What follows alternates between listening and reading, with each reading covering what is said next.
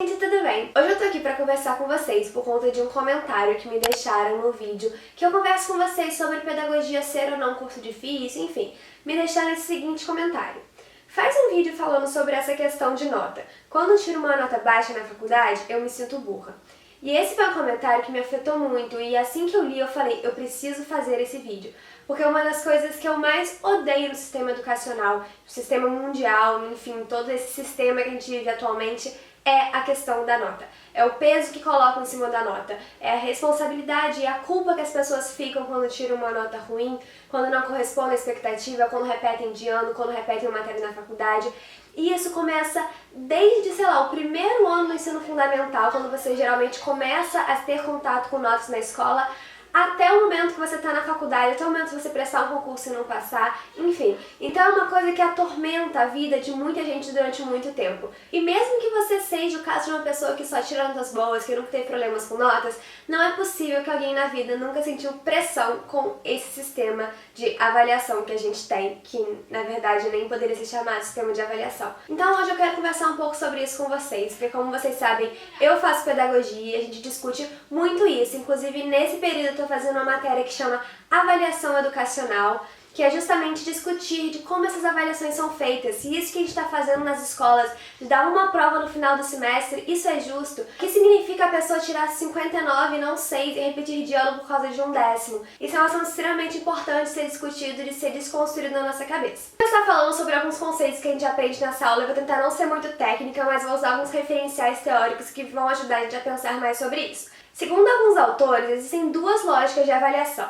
A avaliação para seleção e a avaliação para aprendizagem. O que a avaliação deveria ser? A avaliação deveria ser um instrumento para favorecer a nossa aprendizagem. Então, uma pessoa faz um teste, faz uma prova, faz um trabalho, qualquer coisa, para o professor, para a pessoa que está avaliando aquele aluno, perceber no que ele pode mudar a metodologia dele, no que ele não conseguiu passar para o aluno, o que está faltando para aquele aluno aprender, onde estão as dificuldades daquele aluno, onde ele está errando, o professor poder auxiliar na aprendizagem daquele aluno. Então o professor proporia uma atividade diferente, olharia onde o aluno está errando para poder intervir justamente ali.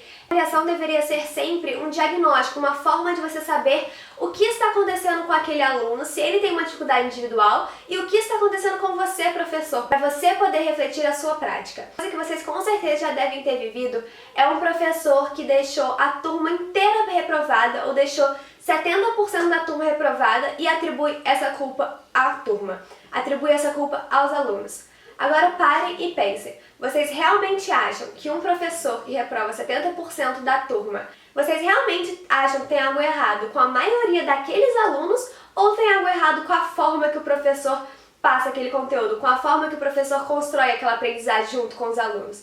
É uma questão a se refletir. Eu tenho uma posição bem clara, é óbvio que depende da situação, que existem exceções, que existem casos que a turma realmente podia estar com uma dificuldade maior, enfim. Tiver uma atribuição de culpa sempre ao aluno, sempre para quem está ali recebendo aquele conteúdo, recebendo aquela aprendizagem. Como se a pessoa que estivesse passando, como se o professor que estivesse lá na frente não tivesse responsabilidade nenhuma sobre a nota que aquele aluno teve. O que a gente vê hoje em dia, então, não é essa avaliação para aprendizagem, é avaliação para seleção.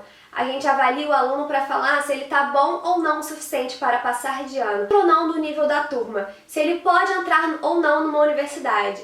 É como se a gente pegasse simplesmente uma nota, uma característica daquela pessoa, daquele aluno, e usasse para dizer se ele está apto ou não, para selecionar. E quando a gente seleciona, a gente exclui. Então, quando a média da escola é 6, qual é a diferença? Parem e pensem, qual é a diferença da pessoa que ficou com 6 para a pessoa que ficou com 59? Elas aprenderam praticamente a mesma coisa, vocês não concordam? Mas a que tirou 59 vai ser reprovada porque a média da escola é 6 e isso que importa. E se a média da escola é 60, 6, enfim? E aqueles outros 40% que essa pessoa não aprendeu? Porque a pessoa que tirou 59, talvez ela tenha chance de fazer recuperação e aprender e tirar uma nota melhor e aprender mais conteúdos que ela não tinha aprendido anteriormente. Mas e a pessoa que tirou 60, 61, que também não aprendeu praticamente metade das coisas que deveria ter aprendido? Ela vai simplesmente passar de ano porque o importante é que ela tirou 6, não o que ela realmente aprendeu ou deixou de aprender. Isso é uma coisa que a gente tem que refletir o tempo inteiro. Infelizmente, é a realidade que temos. É uma coisa extremamente difícil de mudar? É. Vocês podem me falar, ah, Clara, mas é muito fácil criticar, é muito fácil dizer que tá errado, mas como ser melhor? Óbvio que existem algumas propostas, a gente não precisa acabar com as provas, acabar com os testes, tudo isso, mas a gente pode pensar em alternativas. E o primeiro passo para a gente começar a pensar em alternativas é a gente entender como funciona atualmente e quais são as coisas erradas que estão acontecendo atualmente. Tem uma charge que a gente já viu várias vezes na faculdade, talvez vocês já tenham visto circulando pelo Facebook, enfim, que é essa daqui, que é muito representativa do que eu estou falando. Nessa charge a gente vê diversos animais diferentes e um professor na frente falando: para uma seleção justa, todos terão que fazer a mesma prova. Por favor, subam nessa árvore. Muita gente acha que o justo é todos fazerem iguais, mas cada uma dessas pessoas é diferente. Então, como que a gente vai exigir que todos esses animais, por exemplo, subam na árvore, se no caso talvez um macaco seja o melhor para isso, porque ele tem os aparatos mais necessários, as características físicas necessárias para subir na árvore e os outros não têm? Então, óbvio que essa é uma charge, uma coisa um pouco mais ilustrativa, mas se a gente para pensar na vida real, é assim que acontece muitas vezes. É a questão que a gente chama de igualdade e equidade. Não temos como avaliar todo mundo da mesma forma se somos diferentes. Então uma coisa que a gente conversa muito na faculdade é justamente isso. Tem pessoas que são muito melhores fazendo, por exemplo, provas orais, muito melhores falando do que escrevendo. E por que a gente tem que predominar sempre a linguagem escrita? Por que a gente tem que só fazer testes e provas e com a linguagem formal? Por que a gente não pode alternar e deixar aquela pessoa que se expressa melhor falando ter a chance dela de conseguir naquilo que ela é melhor? Por que a gente tem que padronizar e achar que todo mundo tem que seguir um certo jeito, sabe? Aí ok, vocês vão dizer, porque no futuro é assim que faz, porque no futuro vai encontrar isso, não sei o quê. Mas se a gente pensar assim, a gente não vai mudar nunca, não é? A gente tem que pensar no que tá ruim hoje pra gente buscar um futuro melhor amanhã. Então é uma coisa que, óbvio que é uma coisa um pouco utópica, entre aspas, mas assim, é uma coisa muito necessária de ser mudada. E óbvio que isso é necessário pro mercado de trabalho, óbvio que isso é necessário. Mas vamos pensar então dentro das escolas. Será que é tão necessário toda essa pressão, sabe? Todo esse peso que a gente atribui a notas. E muitas vezes a crianças muito pequenas. Tem algumas escolas que na educação infantil estão dando provas para as crianças. Crianças com 5, 4 anos tendo que fazer provas. Isso é uma coisa totalmente ilógica, que não faz nem sentido. Então, da próxima vez que você se sentir mal com uma nota, que você sentir que você se esforçou pra caramba e que você não conseguiu, lembra disso, sabe? Lembra que não é justo esse sistema, não é justo mesmo. E é óbvio, você pode se esforçar, você pode tentar fazer seu melhor, você pode... Tem N vídeos aqui no YouTube, tem N jeitos de você tentar melhorar essa sua nota, mas não atribui isso a você ser burro, não atribui isso a você e não tente, por favor, não ficar com a autoestima debilitada por conta disso. Eu sei que é difícil, eu sei que vão te rotular e vão te julgar e vão falar que você não conseguiu, que você foi mal porque quis e que você é um péssimo aluno e vão colocar rótulos, porque é isso que a sociedade faz com a gente. Então é óbvio que é complicado, é óbvio que é difícil e no mundo que opera uma lógica, que opera um jeito que é o dominante, é muito difícil você pensar fora da caixinha, você pensar diferente. Por isso que eu sinto a necessidade de fazer esse vídeo justamente pra gente conseguir se questionar sobre muitas coisas. E outro ponto também é que a nota, além de geralmente avaliar só a coisa escrita,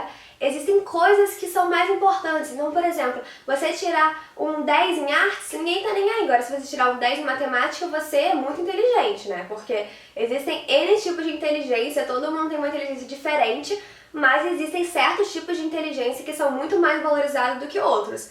Então você ter uma inteligência corporal, você saber dançar bem, você saber cantar, você ter um talento artístico, nada disso é valorizado pela sociedade. Agora você ser muito bom em matemática, você ser muito bom, às vezes até em português, escrever um texto legal, isso é extremamente valorizado.